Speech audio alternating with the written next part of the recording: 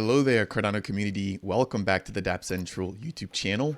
My name is Fareed and I'm your host here. And today I'm joined by Harm as well as Ralph from the Turf NFT project building on Cardano. Good morning here. I think it's afternoon where you guys are at. How are you guys doing? Good morning, Fareed. Doing well. Yeah, doing very well. Thank you. Awesome. I'm super excited to have you guys on. Shout out to buyers who actually helped to collab and set this up. Definitely appreciate that. And today we're going to be chatting about what you guys are not only building on Cardano, but I think also going to be building on Polygon. So before we get started, what I wanted to just give you or give the viewers here a brief overview of what we're going to be chatting about. And then I'd like to turn it over to the both of you to get a brief introduction as to how you guys came into the space. And then we're going to jump straight into Turf and exactly, again, what you guys are building. So as I mentioned, we're going to talk about what Turf is.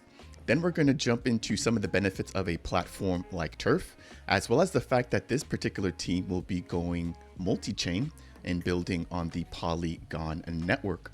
After that, I want to talk about how members from within the actual Cardano community are being rewarded through Turf royalties, as well as some of their most successful partnerships and collaborations, which include a recent collaboration with the Cardano Foundation with over 20,000 NFTs minted. So that said, let's go ahead and get a brief intro from you guys. Again, I'm super excited and I'm thankful for you guys coming here and joining me on the channel. Harm, you want to go ahead and start us off? Sure, yeah. Thanks so much for having us, Fareed. Super excited to be here. So basically, Turf creates gorgeous map art, NFTs. We take the map of the entire planet, and then we generate gorgeous map art based on the map art or the map data created through an algorithm developed by Ralph, and then we digitize those as NFTs. And then the cool thing is we basically took the entire map and split it up into 2 by 2 kilometer squares, and each of those squares can only be minted once. So there's only one person who can own the turf with your home on it, or the turf with the place where you and your spouse first met. Yeah, you can basically go to Turf NFT, browse around the entire planet, pick the location you want to mint, go through the minting process, and then it creates this gorgeous map-based NFT for you. That's the core concept of Turf. And actually on June 27th, we're adding a little bit of an additional spin to it, where we're doing a random drop. And a random drop means that you can select a city, one of the world cities, and then mint at a vastly reduced price, but you only get a random square within that city. So if you choose, New York, for instance, you might get a piece of Manhattan, or you might get a piece of the Bronx. And those have different sort of interest from within the community, typically. I would say that's Turf in a nutshell. There's a lot more to cover, but I'm sure we'll get to that. Yeah, thank you for that. Ralph, anything you want to add and maybe a little bit about your background as well? Yeah, sure. So again, thanks for having us. Appreciate it a lot. So I'm Ralph. I am a software engineer, and maybe I can tell a bit about the way Turf came into existence, because the idea behind it already started 10 years ago, long before blockchain was even a thing, or at least not as in the presence as it is now, and definitely NFTs weren't done back then yet. But I basically created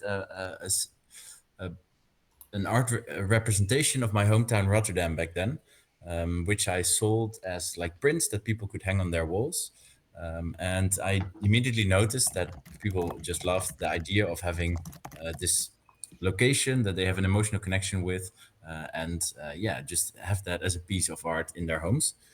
So I always kept that idea in the back of my head. That project was like very short-lived, but I always had the dream to do something again with these maps, and then more automated, because back then it was still pretty manual, etc. But in the meantime, I was equipped with the tools to really build an automated pipeline and algorithm to generate this type of art for any location in the world. So then this is also how I actually got into the Cardano community, because Harm has a previous project on Cardano, which is Cardano Space, which some of you might know. And at some point, I thought, well, I still have this dream of these maps because I'm a huge cartography lover. And then it clicked, and I thought maybe we could do something with this on the blockchain, make cartographic NFTs. So I explained this idea to Harm, and he was immediately sold. So that's when we started collaborating on this. Yeah, and this was about a year and a half ago. I think a bit over a year and a half ago now that the initial idea was minted. I was going to say this is quite an interesting concept with extremely visually appealing art. I actually caught wind of you guys as a part of the collaboration you guys did, I think, with the Cardano Summit, where you guys were providing, members who participate in the Cardano Summit with actual bits of NFT art representing the locations in which they attended the summit. So that's how you guys came onto my radar. And again, I still have that NFT. And again, it's not only visually appealing, but it gives you a sense of connection in regards to where the actual NFT is tied to. So I could imagine people definitely wanting to mint out and acquire NFT locations where they have some sort of sentimental value. So again, thank you both for the introduction. Next thing I want to jump into is going to be some of the benefits and use cases. So now that we understand what turf is, and why you guys are here in Cardano, what does a platform like turf bring? I know that we've talked about the art and the uniqueness factor, but is there anything else that you guys are kind of touching into or looking to venture out into when it comes to turf and the platform itself? Yeah, absolutely.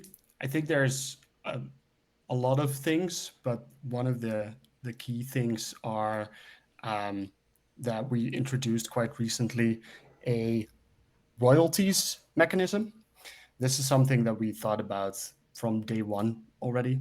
Um, Basically, we think that the NFTs are great as sort of the main collection, but they're also amazing as just print art.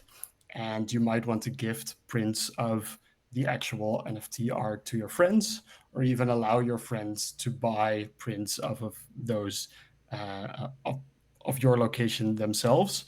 But then we do feel that the actual owner of the NFT should be rewarded. So we worked with our legal team to figure out a structure in which we can say, okay, as an NFT holder, you can choose to allow prints to be sold of your NFT art. And if you do so and people buy it through our store, you will receive a percentage of the revenue as a reward, basically. Um, and the way it works is basically you have the copyright and then you license it back to us. Um, and I think what makes that really cool is that you sort of get a community that becomes very excited about sharing the underlying art itself with a wider audience. And it allows us to do something like we did with the Cardano Summit collaboration at even larger scale, because we can do that for prints, but also for other NFTs that incorporate the original NFT art with a different theme. So it's clearly differentiated from the original main collection. But then if we make revenue because, well, we partner with events and we gift to the attendees of that event NFTs with this art on it, then also a percentage of the revenue would go to the actual original NFT holder. I think that's one of the big sort of visions we had from the start for Turf. And we're very happy that that's now actually live and out there. I think that's perhaps the biggest thing. And then secondly, what I think we always dreamt of is having this become a multi-chain collectors sort of community where you can get these turf NFTs on different chains, and you can also bring them together, trade pieces of the planet with your neighbors to collect larger pieces of turf and then merge them together in increasingly larger pieces of artwork. So we started out with the option to buy 1x1, 2x2, and 3x3 size squares. But now large collectors can merge up to 5x5, I believe. And we're always working on pushing that number even further. And I think we even did one custom merge, which is like 9x6 or something. So yeah, that's really cool to see that people are sort of not only getting the turf with their home on it, but sometimes even larger regions. That's really cool to hear. And I want to pose something to Ralph here in a second, but what you just mentioned there in regards to the royalties is, I think, huge. This is the first time that I'm hearing about a project that's providing royalties back to the users, not necessarily a project or the marketplace, right? So I think it's a win-win. Not only does it drive traffic back over to your marketplace where you guys hold the licenses, but it also provides some sort of incentive and a reward, as you mentioned it, right? Back to the actual holder of the NFT. So I can definitely see why this upcoming mint, I believe on the 27th, would be huge with the random drop. Because if you're able to snag a place that has high demand, you know, in terms of royalties, that could pay dividends for who knows how long, right? So very interesting concept to see. And I'm sure that as the NFT space grows, that we're going to start to see more people try to provide utility back to the holders in a similar manner that you guys have already done. So one question here, and either one of you could answer this, but as you were talking about Polygon and things going multi-chain, are you able to mint the same turf across multiple networks? Or let's say that I mint a particular turf on Cardano, that turf is no longer available on Polygon as well. Yeah, no, we 100% stick to the one-of-one principle. So any turf that is minted, regardless on which chain, will be locked. So there's only one owner for each square of the world, essentially. And that's really important to us, and we really want to stick to that. Yeah, regardless of how many chains we're going to incorporate in the future, this is going to be it. Main collection, just one NFT per square. That's it. Sounds like I need to hurry up and go ahead and grab a few turfs while they're still on the market, because I could definitely see this in terms of scarcity, right? There will be a point where the only turf that's available are some of the, I don't want to say outliers, but some of the not so popular, not so available areas. Because right now, I'm sure everybody's grabbing, you know, whatever is available. So I guess to that, do you guys know about how much of the turf is available versus how much has been minted? Is there some kind of way for you guys to keep track of that? Yeah, that's a very interesting question. Obviously there's a way to keep track of that. As Harm mentioned before, we divided the world surface into squares of 2 by 2 kilometers. And if you do some quick math, like we didn't even include like big oceans, although there is large chunks of water that are still included. But I believe we have around 51 million squares available, technically.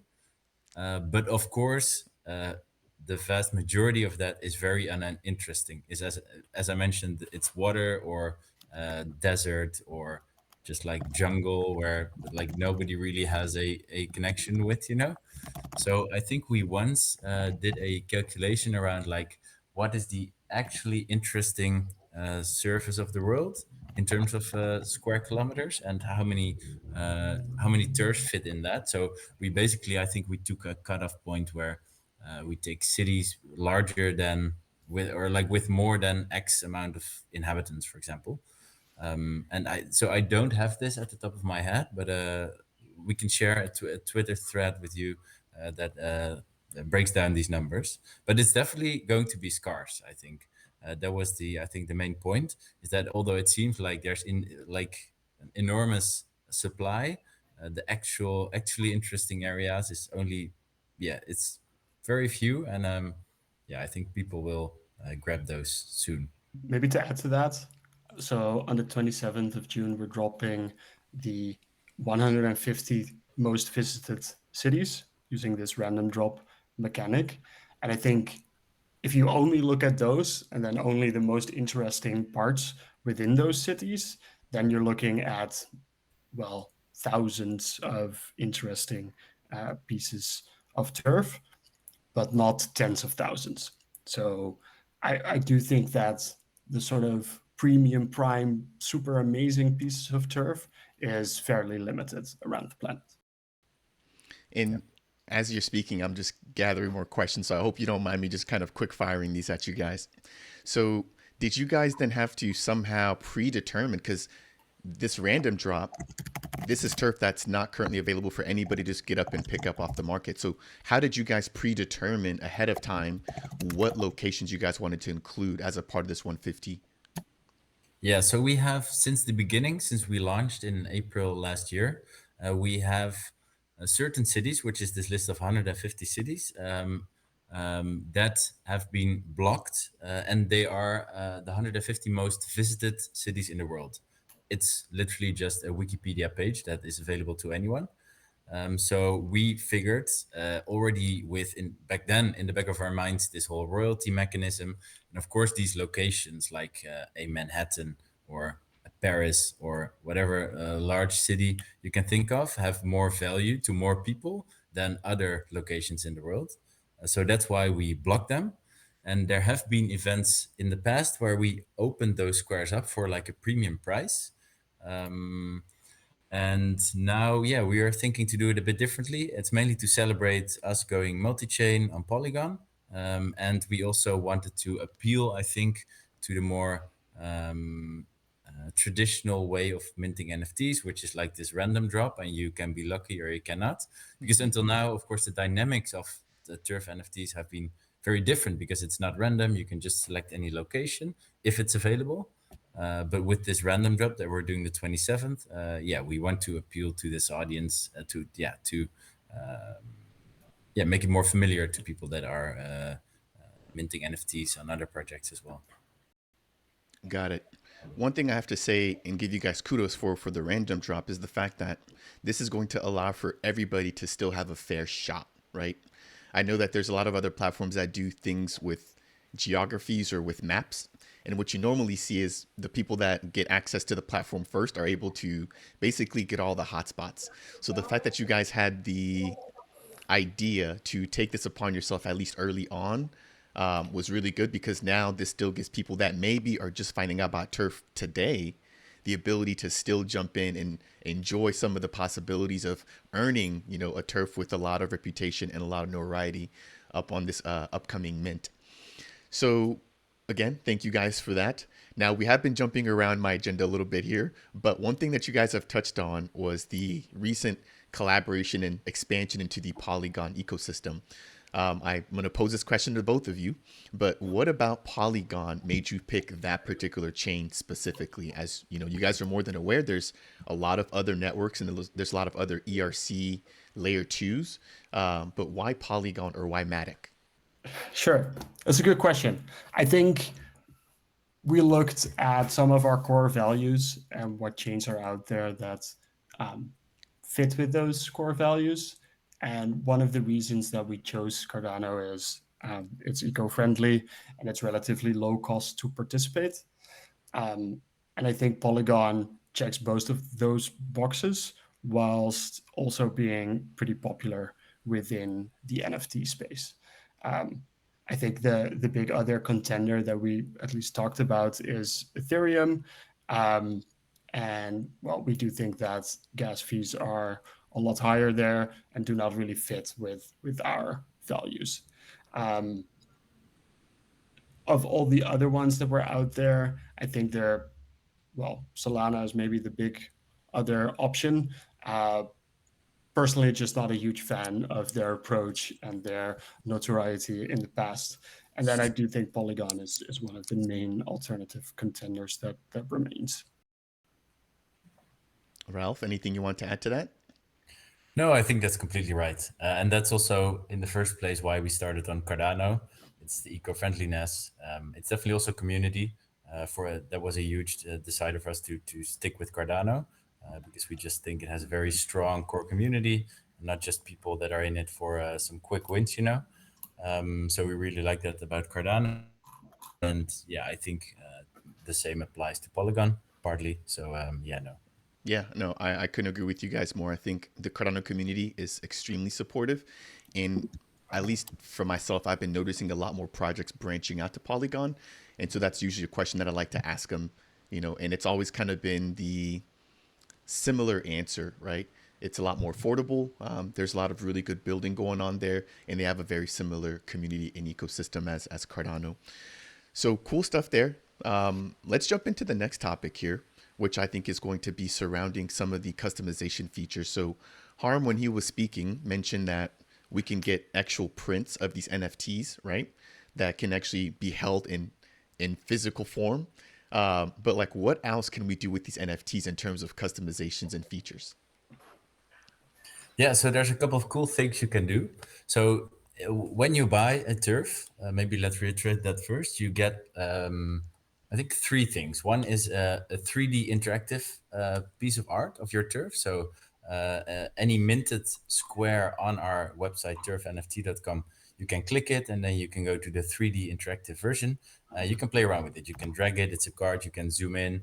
There's some Easter eggs hidden in it. So if you press A, you will trigger art mode. So it will actually be like framed visually. If you press B, then it will turn into bear mode. So it just the map floats in space, etc. So that's really cool. The second thing you get is a high resolution file that is can be used for printing. So that's what's included in the NFT. So you can also decide to print it yourself, and some people also do that.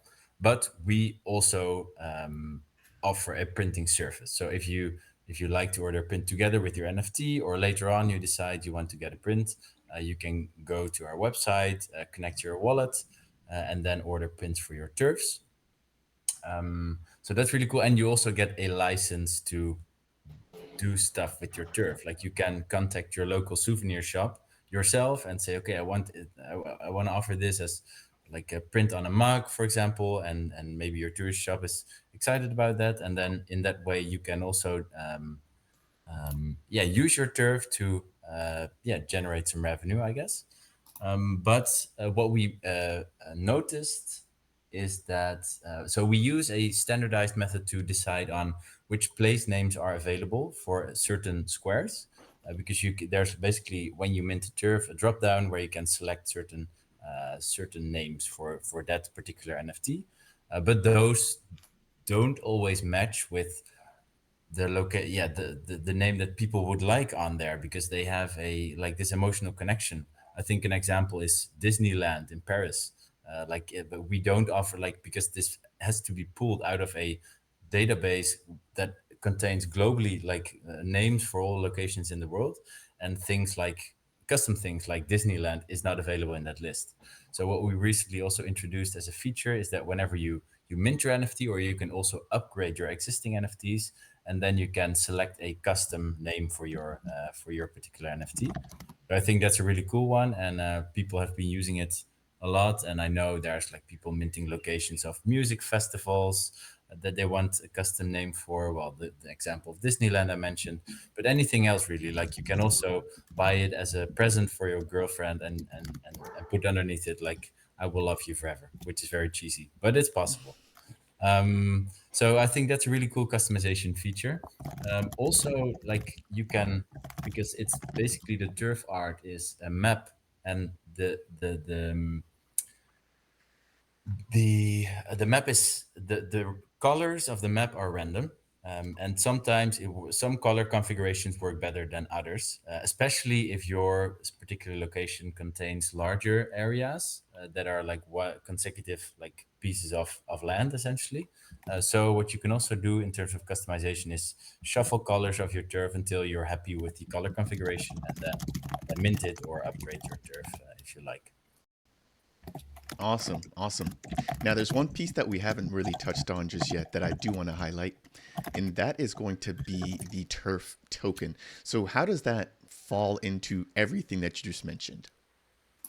Yeah, so the use of the turf token is actually very straightforward, because if you buy bigger patches of land, so we have these squares of 2 by 2 kilometers, but as was mentioned before, you can merge them together into bigger turfs.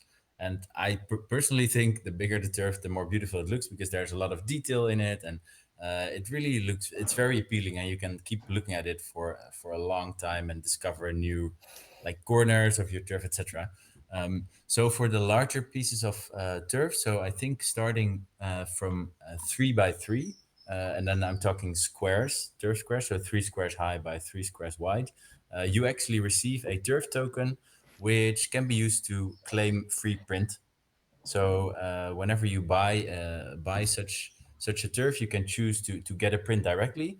But what we've noticed with buyers in the past is that they might buy a big turf, but they want to have a print of another turf that they already own or they're planning to buy in the future. So we wanted to give them the flexibility yeah, to basically claim this free print for any turf they own. So whenever you buy these larger patches, I mentioned you get a token, and then they will be valid indefinitely. So anytime in the future, you can use those on our website to claim a free print. Essentially, that's what the turf tokens are currently used for. And of course, currently our offering is limited to prints, but I've mentioned mugs before, just as an example. But you can, of course, think of all kinds of swag like T-shirts or any other cool thing that you would want that print to appear on. So we're definitely also planning on expanding our product offering in that sense, and then the turf tokens will also be valid for those, of course. How do you say that? Yeah, depending on the value of a product, a T-shirt might be 2 tokens or 3 tokens. Like we haven't figured this out yet, but essentially tokens are used to claim the physical products that we offer in our web shop. Got it. And the tokens are earned by minting a certain set or certain size of actual turf, right? Yeah. So this is not going to be a token that you guys can, the viewers, when I say you guys, can go pick up on a platform like MinSwap or anything like that, and then try to go back and actually use or leverage on the turf website. Just to make sure that I understand it correctly. Is that Yeah, accurate? yeah, it's purely a utility token, as I mentioned before. Got it. Cool deal. So I've got one more question here, and then we're going to jump into, I believe, what's going to be my last topic, which is going to be surrounding your recent partnerships and the future vision for Turf.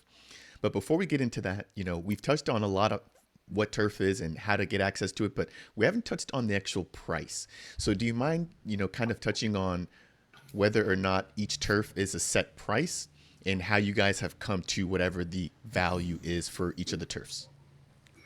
Yeah, absolutely. Um, so we've experimented with different pricing models in the past. Right now, a piece of turf that you can select yourself in a random city, so not one of the premium cities, is 30 euros per square. So, and that's a flat price. And then we convert it to the relevant cryptocurrency on time of checkout. Um, and during the random drop on June 27th, um, the price will be tiered for these premium cities. It starts at 30 euros as well, and then it goes up to 75 euros, depending on how many squares are still available within that premium city. And the thinking is that if you are the first to choose a random square within that city, you have a higher degree of randomness because there's so much more left in the inventory. So you should get a lower price for that than someone who buys in later on when the number of squares that are still available is much lower. So the likelihood that you get a specific square is much higher. It's more deterministic whether or not you get one of the squares that's still available, which you may want, right? And these pricing numbers are then based on a different pricing model that we had in the past, which is that the premium pieces of turf that have become available in a limited capacity before through a Dutch auction mechanism, which is a mechanism where the price starts ridiculously high and then it goes down over time. I think the very first time we did that, we started the prices at 10,000 euros. And then over the span of 2 days or something, it went down to 200 euros. And that's sort of the floor price we've been thinking of for, okay, if you want a premium piece of turf and you want to select that piece yourself, then yeah, you do pay a premium price as well.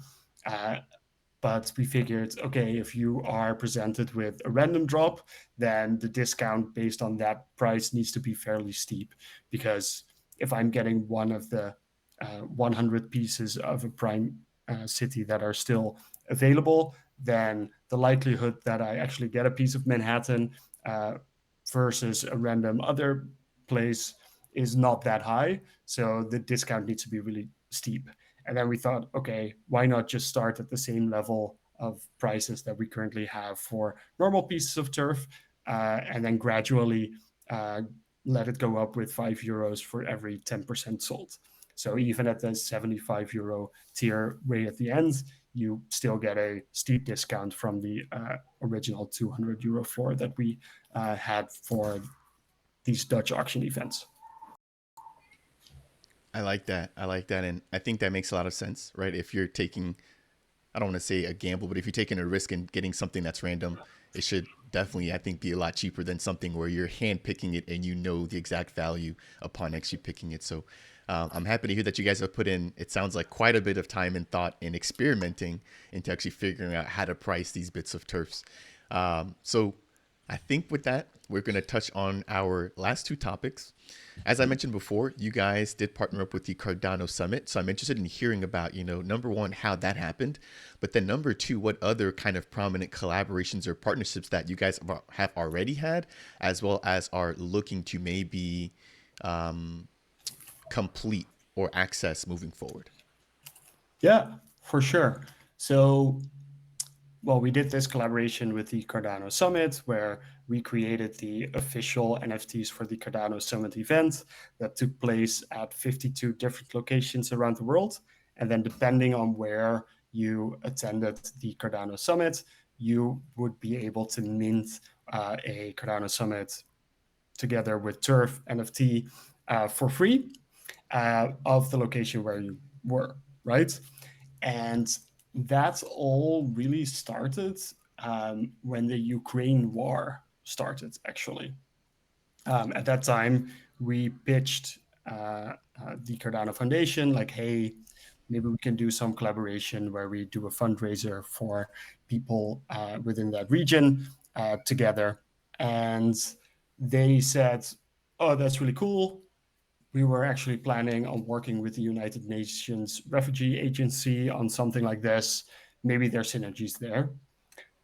That didn't really materialize immediately, but it did lead to the first conversations with the Cardano Summit organizing team, who were connected to us through our contact, Alex, who was working with the United Nations Refugee Agency. And I think, yeah, we just touched base and talked about what would be cool to do. And then over quite some time, we figured out a great way to do it. And then I think the actual event exceeded our expectations by quite a bit. So it was really cool to see that people were so excited about the Cardano Summit NFT mint.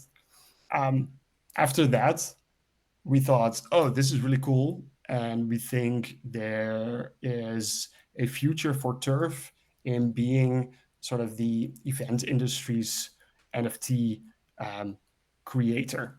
So we really believe there is a large opportunity for us to work with event organizers to gift these sort of celebratory and promotional NFTs with the event's theme, and Turf's cartographic art on it, because it sort of combines the, well, gifting of something in a swag bag at events in a more sustainable way, and in a way that really connects the attendee to the location that they attended the event at. So we've been doing the first sort of experiments around that. And so far we've worked, again, actually with the United Nations Refugee Agency and the Cardano Foundation on drops at Paris Blockchain Week and Consensus, where attendees, but also people just anywhere, could mint NFTs at a fee to support the United Nations Refugee Agency, and get a beautiful themed turf NFT as a sort of thank you and an encouragement. Aside from this, we've also been working with some other more local event organizers. One that we talked about is the NXT event in a small town in the Netherlands called Groningen, where all of the speakers actually got a custom turf NFT, as well as a framed print of the NFT, which was really cool. And now we're in talks with, well, a handful of more event organizers to do similar sort of collaborations. And our goal is to ultimately be able to scale that up a lot more. And well, I personally think there's also a huge future in using NFTs as promotional gifts in all sorts of contexts. And we'd love to make that happen. Ralph, anything you want to add? I've got some responses, but I'm not sure if you want to add anything else. Yeah, well, just briefly, I just want to reiterate that I really think it's a powerful concept to gift NFTs at events instead of like swag bags. Like our experience is that if you receive a swag bag and there's usually it's full of stuff which is nice to look at once, but then usually it ends up somewhere like deep in a closet in a corner and you never look at it again. So from that perspective, I think it's just very a powerful alternative where you still can gift something meaningful, something that people actually own, right? Because NFTs can actually be owned by people, but have much lower impact on the environment. So I think that's also the way we try to frame it towards potential or like events that are interested in this concept. We even can offer a collaboration with another party that plants trees for every NFT that's gifted. So then you make the NFT suddenly like climate positive, which makes it even a better story from my perspective.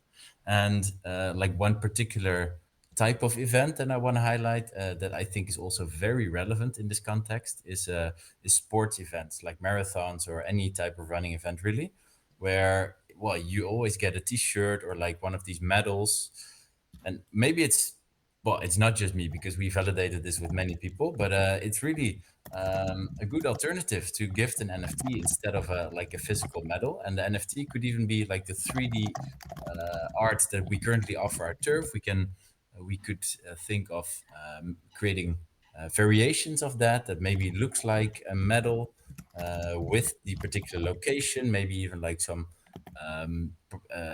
participant specific data, like the time you ran your marathon in, with like the route that you ran highlighted on the map, etc. You can do so many cool things there.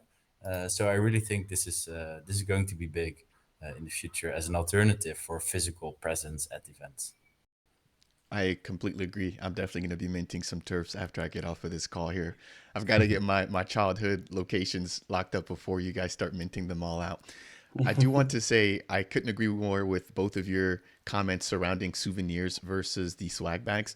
I think number one, we're all here and we all appreciate blockchain. So to have a gift or souvenir that's on the blockchain, I think is huge. But then number two, it also has some not only sentimental value, but a potential resale value, right? So I assume that you could potentially sell these, on a secondary marketplace 1, 2, 3, 10 years after some sort of event as a token of saying, hey, I was here and there's a way to verify that this piece of swag was from this particular event, as opposed to a shirt or a water bottle that you don't know when or where the person actually got it and how authentic it also is. So a really good point that I like that the both of you brought up there. And then I also wanted to just mention, and I'm sure that you guys are more than aware, we've got our own Cardano community events, right? Which are going to be Rare Bloom or Rare Evo this year. And then we've also got NFT LV, which was previously known as CNFT Con. And so I would love to hear if maybe, you guys are collaborating or chatting with them to see if, there's something that you guys could do there. But I think both of those events, which are going to be coming up in the next few months, would be great opportunities for you guys if you guys don't already have something lined up with them. That's a very good point. We actually don't have super concrete plans in that direction yet. We've been in talks with some of them, and we definitely need to re-engage those conversations. Right now, a lot of our conversations are mostly with sort of events that are crypto adjacent or that do have interest in the blockchain but don't really have the capacity to create NFTs for the event themselves. And then we really become sort of the NFT supplier for these types of events. We hope to be able to share something soon with more detail around names, but nothing as of yet that I can publicly share. Got it. That is fair enough. And as soon as you do that, I'll make sure to definitely cover that on my channel here. And so we are going on just about 40 minutes. I do want to respect the both of your time. Again, thank you for taking the time out of your busy day to accommodate me here for this interview. And so the last thing I want to pose to the both of you is, where do you guys see turf in the near future? And like, what is the future vision overall for this platform that you've both built? I think my dream and my vision is sort of threefold. So first and foremost, I'd love to see the community grow and really to see a healthy collectors environment emerge, where people are combining ever larger and ever more beautiful turfs from their hometowns or other regions that are close to them. But then secondly, we're also really investing in both the event collaborations, and thirdly, getting more prints out there.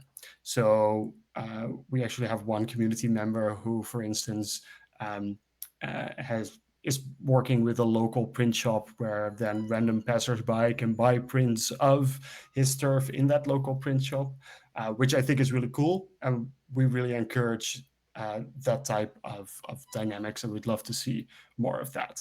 And then, yeah, also really being able to do that at scale with event organizers, I think would be the sort of three big pieces of our turf vision.